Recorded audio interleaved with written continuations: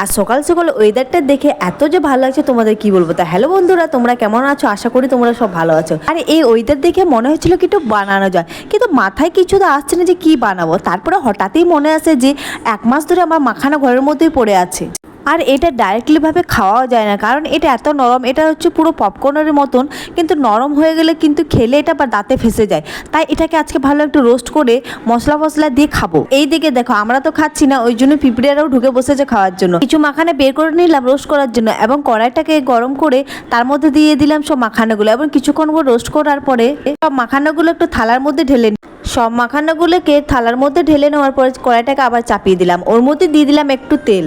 কিছুক্ষণ গরম করার পরে তার মধ্যে দিয়ে দিলাম নুন, লঙ্কা ও হলুদ। আর এই চাট মশলা তো একদমই বাদ দেওয়া যাবে না, কারণ এটা হচ্ছে মাখানার মধ্যে একটা স্বাদ নিয়ে আসে।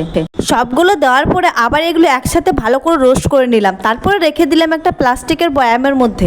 সবগুলো সকালে খাবো না, কিছুটা বিকেলেও খাবো। আর এইভাবে রাখলে কিন্তু এটা বেশ মুচমুচে থাকে, আর খোলা অবস্থায় রাখলে কিন্তু সব মাখানাগুলো নরম হয়ে